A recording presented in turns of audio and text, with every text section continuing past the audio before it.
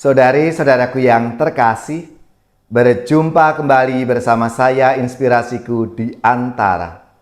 Renungan harian Jumat 9 Juni, Pekan Biasa yang ke-9.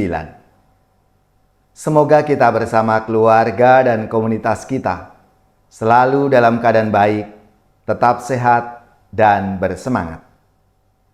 Marilah kita mengawali renungan kita hari ini dengan tanda kemenangan Kristus. Dalam nama Bapa dan Putra dan Roh Kudus. Amin. Allah Bapa yang Maha Kuasa, Engkaulah tumpuan dan kekuatan kami. Semoga kami sanggup menanggung penderitaan oleh karena mengikuti Yesus Kristus Putramu. Sebab Dialah Tuhan pengantara kami, yang bersama dengan Dikau dalam persatuan Roh Kudus, hidup dan berkuasa, Allah sepanjang segala masa. Amin. Dalam nama Bapa dan Putra dan Roh Kudus. Amin. Inspirasi kita hari ini dari Injil Suci menurut Markus bab 12 ayat 35 sampai 37. Marilah kita siapkan kitab suci kita masing-masing. Kita akan membaca bersama-sama, lalu merenungkannya. Pada suatu hari, Yesus mengajar di Bait Allah, katanya, "Bagaimana ahli-ahli Taurat dapat mengatakan bahwa Mesias adalah anak Daud? Daud sendiri berkata dengan ilham Roh Kudus, 'Tuhan telah bersabda kepada Tuanku, duduklah di sisi kananku, sampai musuh-musuhmu kutaruh di bawah kakiku.' Jadi, Daud sendiri menyebut dia tuannya. Bagaimana mungkin ia sekaligus anaknya?" Orang yang besar jumlahnya mendengarkan Yesus dengan penuh minat. Demikianlah sabda Tuhan. Terpujilah Kristus.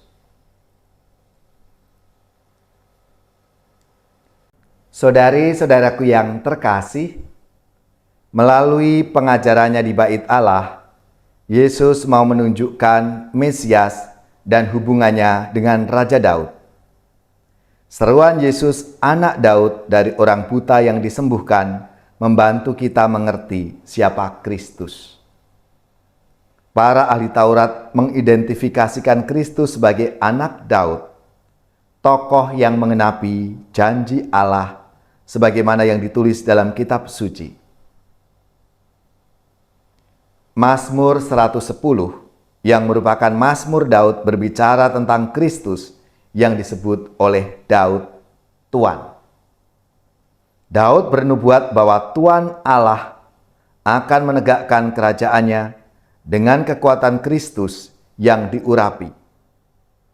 Namun, beranjak dari kitab suci, Yesus menegaskan bahwa figur Mesias ini jauh melampaui aspek politik seperti yang diharapkan dari model penguasa dunia ini. Berbeda dengan figur Raja Israel lainnya yang membawa kehancuran karena ketidaktaatan pada firman Tuhan.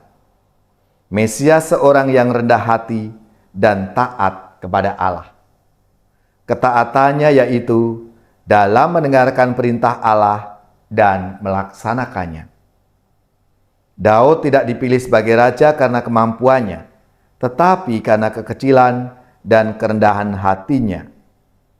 Sebagai Kristus dan Tuhan, Yesus tidak mendasarkan otoritasnya pada kekerasan, tetapi dengan memberikan diri di atas kayu salib. Dan dengan demikian, ia menerima kemuliaan. Di kayu salib, ia menunjukkan nilai pengorbanan dan kasih. Berbanding terbalik dengan nilai-nilai dunia yang mengagungkan kekuatan, kenikmatan, egoistik. Ia menegakkan kerajaan Allah yang berlandaskan kerahiman dan keadilan.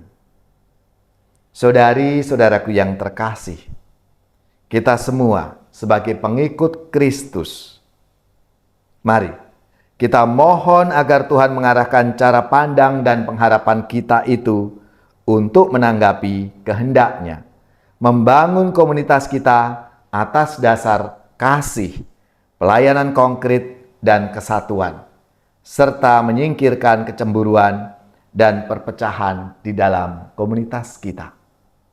Saudari-saudaraku yang terkasih, marilah kita semua dipanggil untuk mewujudkan kasih Allah dalam hidup kita.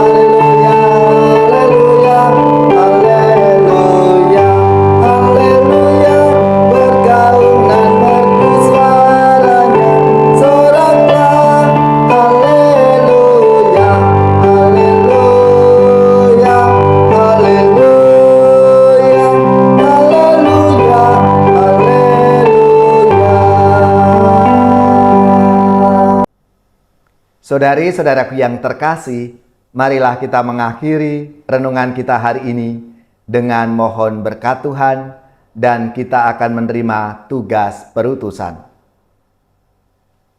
Semoga saudari-saudara sekalian, keluarga-keluarga dan komunitas kita, orang-orang yang kita doakan, mereka yang sakit, yang menderita, seluruh tugas, belajar, pekerjaan, usaha serta karya pelayanan kita dibimbing, dilindungi dan diberkati oleh Allah yang Maha Kuasa, Bapa dan Putra dan Roh Kudus.